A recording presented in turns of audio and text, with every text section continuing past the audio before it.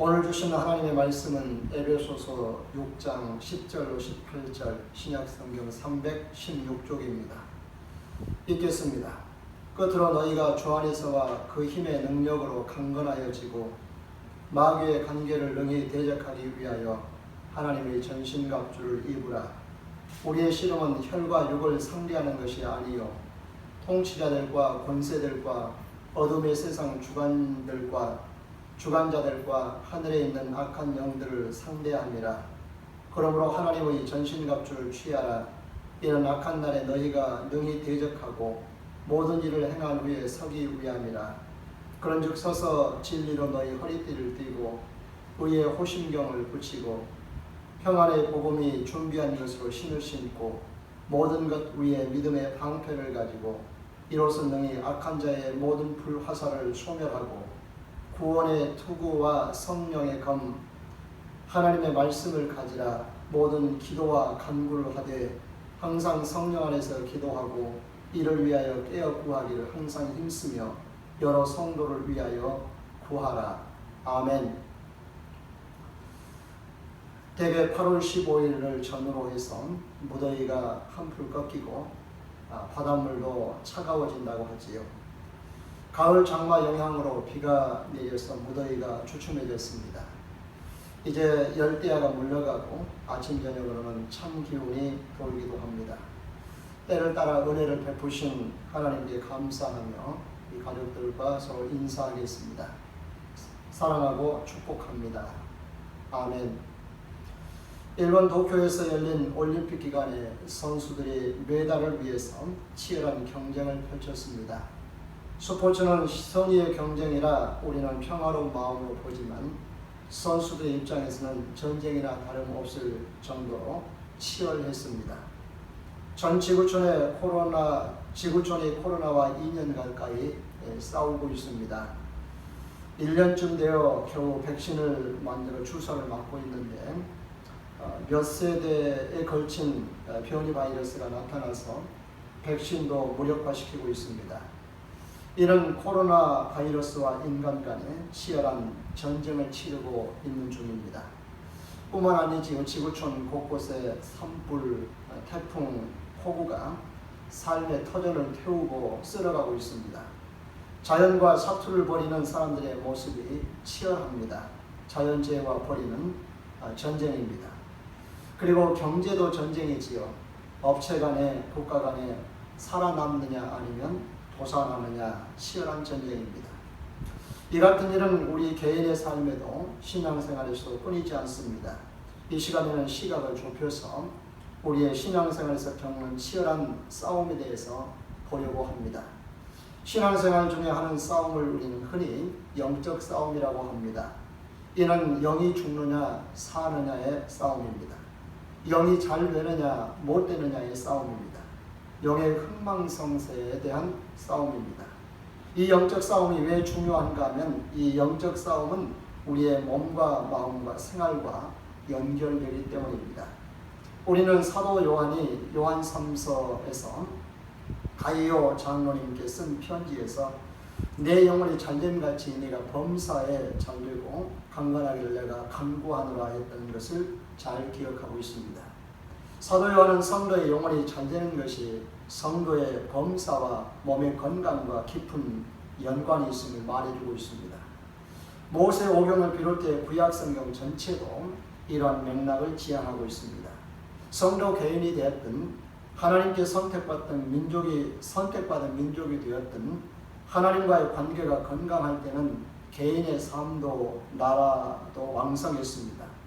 그러나 하나님을 제대로 섬기지 않고 우상 숭배하며 율법에서 떠날 때에는 개인은 물론 나라도 큰 어려움을 겪게 되었습니다. 구약 성경의 영적 싸움에서 이긴 기록보다는 이 영적 싸움에서 지고 실패한 기록이 더 훨씬 많습니다. 그래서 그에 따른 고통이 굉장히 컸습니다. 구약 성경 전체를 보면 이 영적 싸움에서 진 기록이라고 할 수가 있지요. 그래서 이 영적 싸움에서 이기고 우리에게 승리를 가져다 줄 메시아의 등장을 더 간절하게 바랐던 것입니다. 영적인 싸움에서 진 대표적인 사람이 아담입니다. 우리가 잘 알다시피 아담과 하와가 에덴 동산에서 뱀의 유혹이죠. 뱀의 유혹은 바로 사탄의 유혹입니다. 이 유혹에 넘어가서 영적 싸움에서 지자 에덴 동산에 쫓겨나서 고통스러운 삶을 살게 됩니다.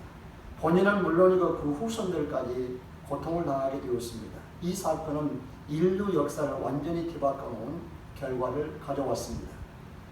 우리가 새벽 시간에 사무엘하 24장에서 보았던 다윗도 마찬가지입니다. 그는 하나님의 마음에 맞는 사람으로 하나님의 뜻을 이루어줄 사람이라고 하나님이 칭찬했음에도 불구하고 두 번에 걸쳐서 결정적인 흠을 보입니다. 그 첫 번째가 밧세바를 범하고 그것을 덮기 위해서 그의 남편 우리아까지 전쟁을 빙자해서 죽이는 비열함을 보입니다. 탐욕과 간음과 도둑질과 거짓과 살인을 저지르죠. 다음으로 어제 새벽에 보았듯이 자신의 권력과 세를 과시하려고 하나님께서 원치 않는 인구조사를 실시합니다. 이는 하나님의 주권을 부정하는 일이었습니다. 다윗은 이 두 번에 걸쳐서 10계명을 거의 다 어기는 죄를 짓습니다. 그 결과로 본인은 물론이고 자식들과 백성들까지 큰 고통을 당하게 됩니다. 사무엘하 11장부터 오늘 새벽에 보았던 열왕기 상 1장까지 해서 이를 생생하게 목격할 수 있었습니다. 다윗은 이 영적 싸움에서 진 것입니다. 믿음의 사람들을 무너뜨리자는 이 영적 싸움은 신약 시대에도 계속됩니다. 메시아인 예수께서 오셨을 때에도 마귀는 예수님을 대항해서 싸웠습니다. 예수님께서 메시아의 사역을 감당하기 전에 성령에 이끌려서 광야에서 40일 동안 금식하신 일이 있습니다. 이때 마귀가 예수님께 돌로 떡을 만들어서 능력을 행사하고 성전 꼭대기에서 뛰어내려도 천사가 받아주어 다치지 않을 것이니 그 일로 인해서 사람들의 인기를 끌어모으라고 합니다. 또한 산 꼭대기에 데리고 올라가서 천하 만국을 보여주면서 내게 한 번만 전하면 눈으로 보는 모든 것을 다 주겠다고 합니다. 마귀는 세상에서 가장 힘있는 돈과 명예와 권력을 가지고 예수님을 유혹한 것입니다. 그것으로 메시아를 무너뜨리려 했습니다. 그러나 예수님은 이를 성령에 감린 하나님의 말씀으로 이겨내셨습니다. 마귀가 예수님의 제자 중 하나인 가룟 유다에게 예수를 팔 생각을 집어넣어서 대제사장과 장로들에게 은 30에 팔게 합니다. 예수를 죽이면 끝나는 줄 알았습니다. 대제사장과 장로들이 이기고 사탄이 이기는 줄 알았습니다. 예수님은 마귀와 그의 수종자들에 의해서 십자가에서 죽으셨지만 부활하심으로 죽음을 이기셨습니다. 사람들을 영원한 죽음으로 이끄는 사탄과의 싸움에서 승리하셨습니다. 마귀의 계략도 대제사장과 장로들의 계략도 무의로 돌아가고 말았습니다. 예수님은 십자가에서 죽으시고 부활하심으로 믿는 자들에게 구원의 길을 열어놓으셨습니다. 죽은 자이 살 수 있는 길, 영원히 살 수 있는 길을 열어놓으셨습니다. 믿음으로 사는 자들에게 영적인 싸움에서 승리할 수 있는 길도 열어놓으셨습니다. 그렇지만 오늘 본문에서 보는 것처럼 세상은 아직도 통치자들과 권세자들과 이 어둠의 세상 주관자들과 하늘에 있는 악한 영들의 손아귀에 있습니다. 우리가 예수를 믿고 우리의 영이 거듭나서 영생의 삶을 살고 있지만 우리의 혼과 몸은 아직도 오염된 세상에 살고 있기 때문에 그들의 영향에서 자유로울 수가 없습니다. 언제까지요? 예수님께서 재림하실 때까지입니다. 그러므로 종말의 시대를 살고 있는 성도들은 예수님께서 재림하시는 그날까지 영적인 싸움을 계속할 수밖에 없습니다. 예수님께서는 사역 초기부터 마귀의 유혹을 받아 이긴 경험이 있기 때문에 마귀의 정체를 너무나 잘 알고 계십니다. 그리고 마귀의 졸개인 귀신들이 사람들 안에서 사람의 마음과 삶을 얼마나 심각하게 무너뜨리는 것도 잘 알고 계시기 때문에 귀신 들린 많은 사람들을 고친 일이 있습니다. 예수님께서 한 번은 베드로에게 이런 말씀을 하십니다. 누가복음 22장 31절로 32절입니다. 같이 읽겠습니다.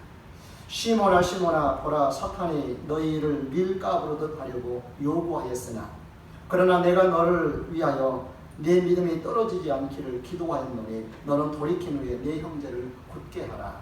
아멘. 예수님께서 이 말씀을 하시게 된 배경을 보면 이렇습니다.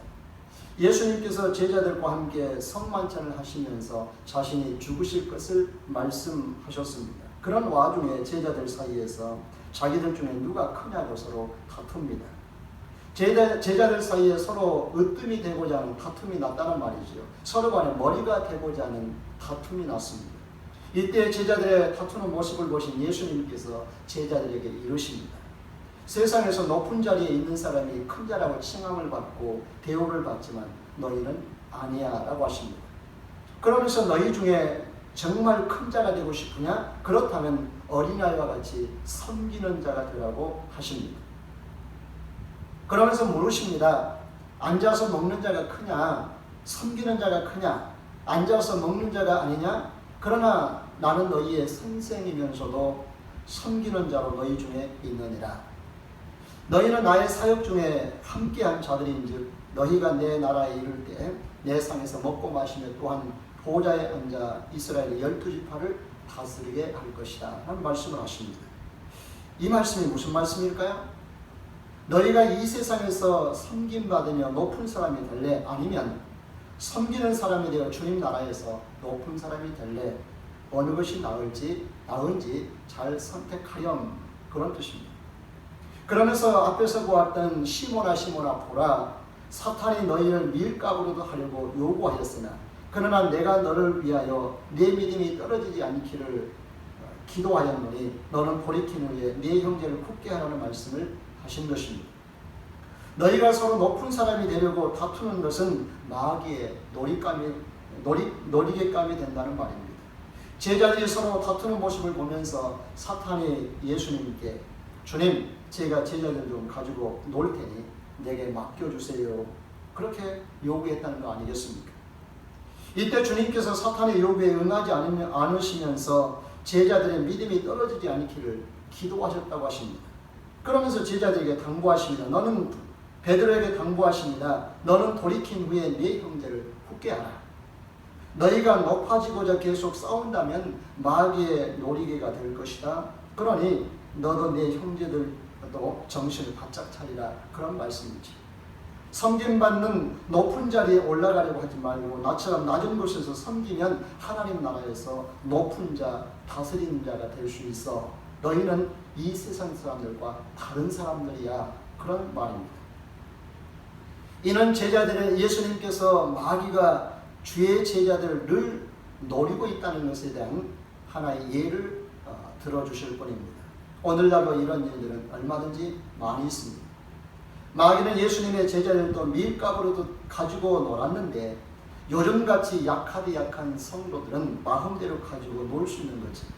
성도들이 하나님의 전신갑주를 입지 않으면 마귀의 먹잇감과 놀이개감이 되고 마는 것입니다. 예수님 당시 예수님을 대적했던 유대교 지도자 계층이었던 서기관과 바리새인들에 대해서 예수님은 너희는 마귀에게서 난 자들 곧 뱀들아 독사의 새끼들이라고 독소를 퍼본 일이 있습니다. 요한복음 8장 44절 같이 읽어보죠. 너희는 너희 아버지 마귀에게서 났으니 너희 아비의 욕심대로 너희도 행하고자 하느니라. 그는 처음부터 살인한 자요 진리가 그 속에 없으므로 진리에 서지 못하고 거짓을 말할 때마다 제 것으로 말하나니 이는 그가 거짓말쟁이요 거짓의 아비가 되었음이니라. 아멘. 마태복음 23장 33절을 같이 읽습니다. 뱀들아 독사의 새끼들아 너희가 어떻게 지옥의 판결을 피하겠느냐. 아멘. 예수님 당시 마귀는 유대교 지도자들을 이용해서 예수님을 대적하고 결국은 십자가에 죽이는 일까지 서슴지 않았습니다. 그러니 예수님의 제자들쯤이야 놀이감으로 가지고 노는 것은 일도 아니지. 그렇다면 그 후에는 어떠했을까요? 예수님이 가시고 난 이후에 죽으시고 부활하시고 하늘로 승천하시고 난 이후에는 어떠했을까요? 예수님 시대를 지나 사도시대에 가면 마귀의 역사들이 훨씬 더 강력해졌음을 알 수 있습니다. 예수님께서 승천하여 하늘로 가신 후에 오순절에 성령이 임하여 제자들에게 강력한 성령의 능력이 임합니다. 성령의 능력을 입은 제자들이 예루살렘과 유대와 사마리아와 이방 지역까지 복음을 전하지요. 짧은 시대에 강력한 역사가 일어났습니다. 성령의 역사가 강한 만큼 사탄도 가만히 있지 않았습니다.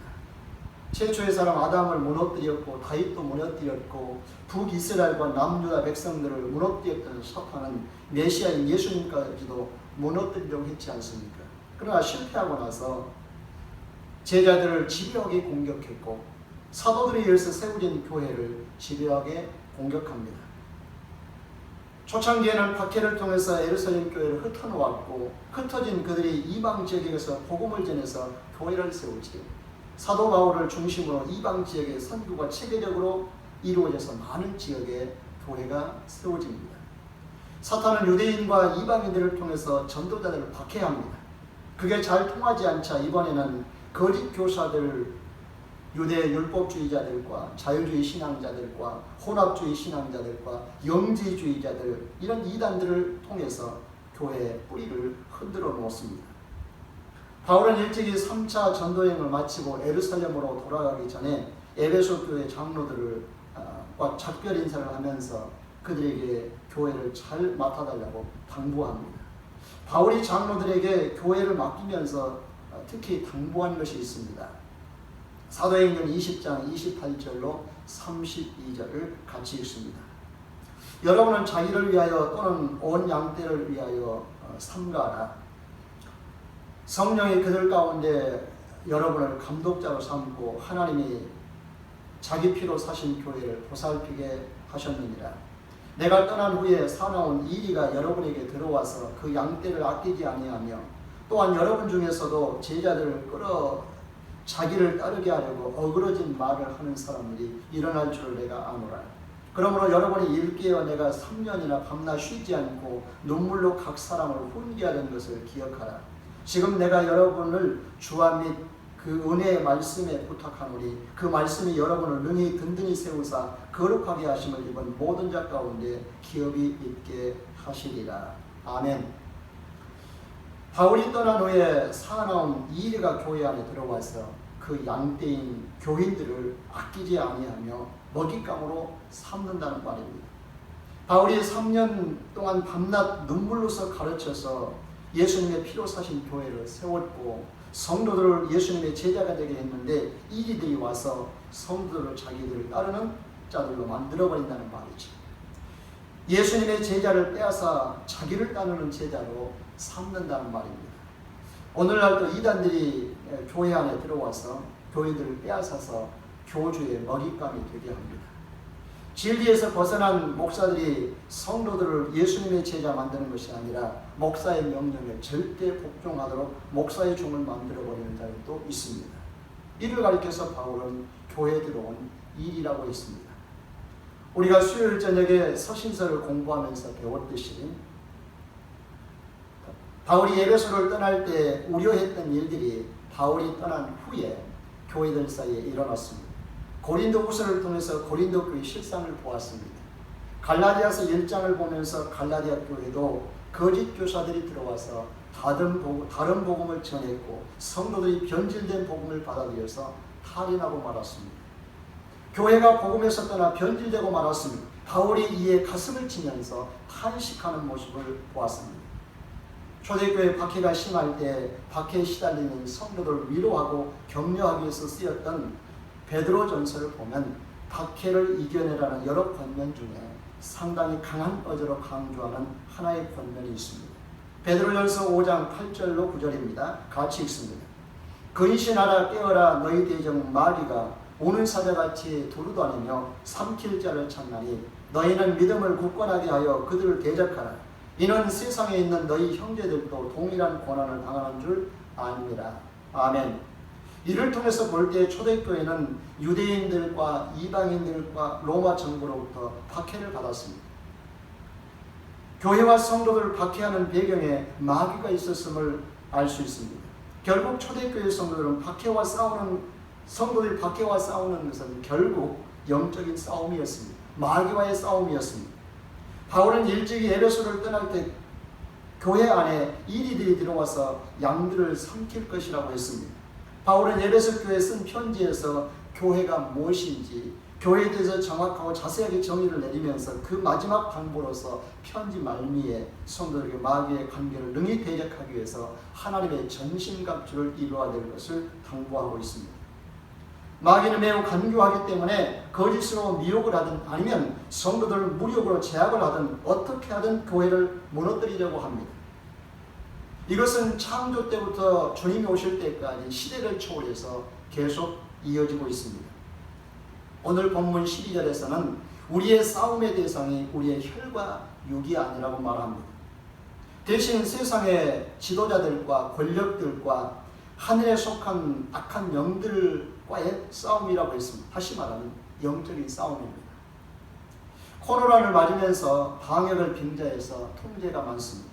개인의 신상도가 털리고 있습니다.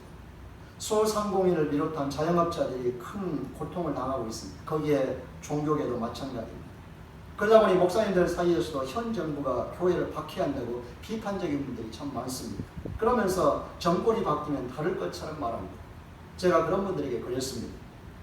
정권이 바뀌면 그분들은 이 코로나의 전국을 정치에 이용하지 않을 것 같은가?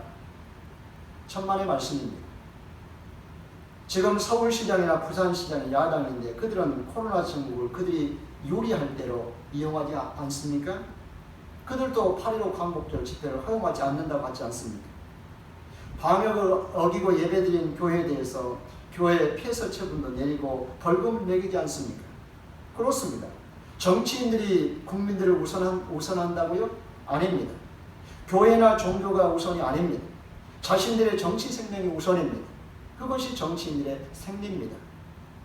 일본의 스가 총리가 국민들이나 세계인들이 코로나 때문에 올림픽을 반대해서 결국 반대했지만 결국 정치적인 이유로 강행하지 않던가요?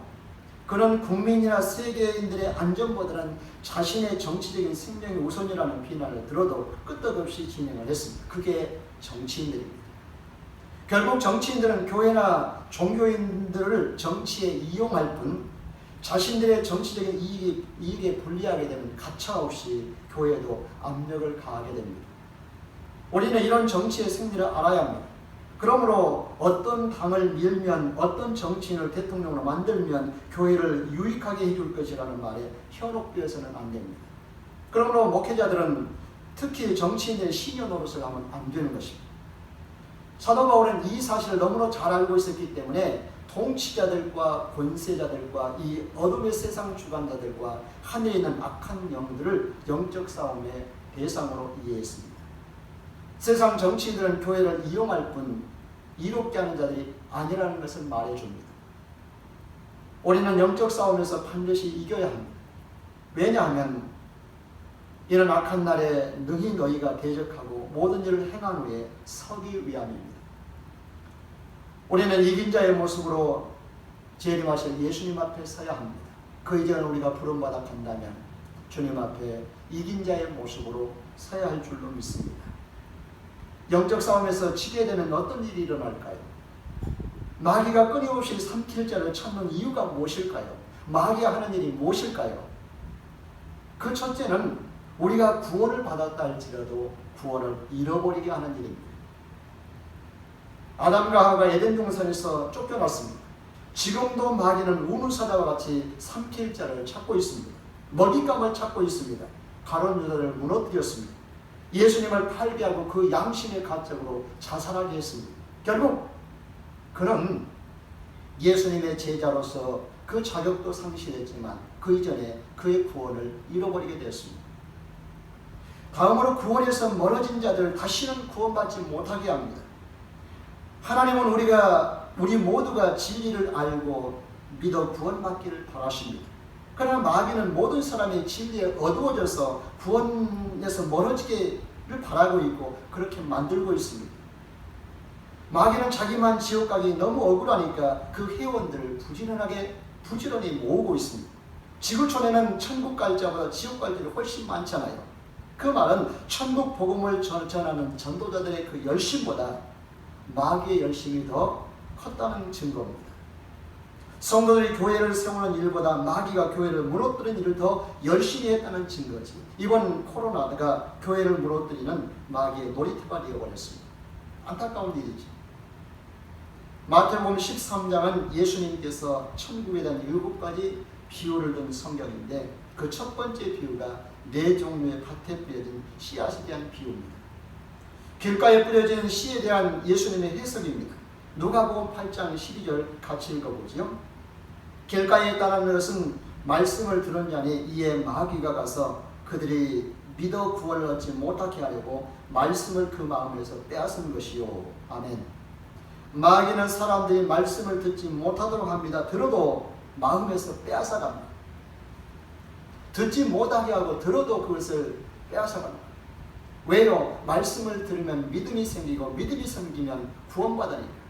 구원받지 못하도록 하나님의 말씀을 듣지 못하도록 귀를 막아버리고 마음을 닫게 합니다. 그러면 우리가 하나님의 말씀을 들을 때 정신 바짝 차야 합니다. 그래야 말씀을 빼앗기지 않습니다. 말씀을 빼앗기면 구원에서 멀어지기 때문입니다. 마귀가 하는 두 번째 일은 성도로 하여금 열매를 맺지 못하게 합니다. 열매를 맺어야 알곡으로 천국에 들어갈 수 있고 알곡이 돼야 주인이신 우리 주님께서 기뻐하실 것이고 그래야 상도 받고 그래야 면류관도 받을 것인데 그렇지 못하게 합니다. 구원받아도 겨우 부끄러운 구원을 받게 합니다. 돌밭에 뿌려진 씨앗은 싹은 나지만 뿌리가 없어 금방 말라버립니다. 말씀으로 인해서 잠깐 기뻐하지만 박해가 왔을 때 이기지 못하고 자라지 못하고 신앙을 포기하고 맙니다. 가시떨기에 떨어진 씨앗입니다. 이는 싹은 나지만 가시의 기운이 막혀서 자라지 못하고 열매 맺지 못합니다. 이 경우는 말씀을 듣고 기뻐하지만 신앙생활 중에 세상의 염려나 재물과 향락의 기운이 막혀서 온전히 결실하지 못하는 경우를 말합니다. 요즘 같은 코로나 때문에 막혀서 신앙생활 제대로 못하고 교회를 떠나는 경우를 말하지. 돈 때문에 건강 때문에 육신의 쾌락과 편안함 때문에 신앙생활 제대로 못하고 예배생활보다는 세상을 더 즐겨하는 신자들 가리켜서 하는 말입니다. 이들은 기운에 막혀서 이런 세상적인 기운에 막혀서 결국 열매 맺지 못합니다. 일도 누가 한다고요? 마귀가 그렇게 하는 겁니다. 마귀는 우리의 귀를 막고 마음을 닫아 복음을 듣지 못하게 합니다. 박해 때문에 세상의 근심, 걱정, 염려와 쾌락을 쫓아가게 해서 신앙생활을 제대로 못하게 합니다. 열매 맺는 삶을 살지 못하게 합니다. 마귀가 하는 일은 천국 복음을 듣고 구원받는 일을 막고 은혜받고 신앙생활하는 잘하는 성도들도 어려움과 근심, 걱정 때문에 교회에서 멀어지게 합니다. 구원에서 멀어지게 합니다. 이런 마귀의 전략에 속아서는 안 되는 줄로 믿습니다. 그렇다면 영적인 싸움에서 이기기 위해서 우리가 해야 될 일이 무엇일까요? 오늘 본문에서 보는 것처럼 반드시 하나님의 전신갑주를 취하고 입어야 하는 줄 믿습니다. 하나님의 전신갑주는 본문 14절로 18절입니다. 같이 읽습니다. 그런즉 서서 진리로 너희 허리띠를 띠고 의의 호신경을 붙이고 평안의 복음이 준비한 것으로 신을 신고 모든 것 위에 믿음의 방패를 가지고 이로써 능히 악한 자의 모든 불화살을 소멸하고 구원의 투구와 성령의 검 곧 하나님의 말씀을 가지라. 모든 기도와 간구를 하되 항상 성령 안에서 기도하고 이를 위하여 깨어 구하기를 항상 힘쓰며 여러 성도를 위하여 구하라. 아멘. 진리신 예수님으로 허리띠를 단단히 매야 합니다. 성도의 의로운 삶으로 성도의 양심을 보호해야 합니다. 복음으로 단단히 무장해서 때를 얻든지 못 얻든지 복음을 항상 전파해야 합니다. 구원의 확신으로 믿음의 방패를 삼아서 마귀가 쏘아대는 불신과 불의의 불화살을 막아내야 합니다. 예수님처럼 성령의 검인 말씀으로 마귀를 대적해야 합니다. 그리고 마지막으로 중요한 것이 모든 일에 기도로 항상 성령 안에서 기도함으로 깨어서 항상 기도에 힘쓰면서 연약한 성도를 위해서 중보 기도해야 할 줄로 믿습니다. 그럴 때 마귀의 계기를 능히 이겨낼 수 있습니다. 마귀는 우리의 환경을 통해서 어려움을 주기도 하고 우리 육신의 정욕을 통해서 또 세상적인 유혹을 주기도 합니다.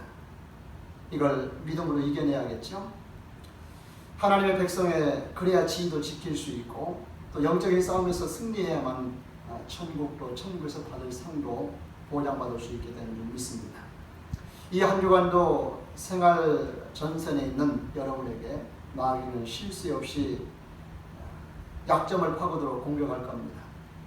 불같은 성격 때문에 혹은 우유부단한 성품 또는 돈이나 직장에서 어떤 갈등이나 건강 문제 때문에 혹은 부정적인 생각이라든지 근심, 걱정, 염려, 불안, 두려움, 공포의 마음들을 넣어서 파고들 겁니다.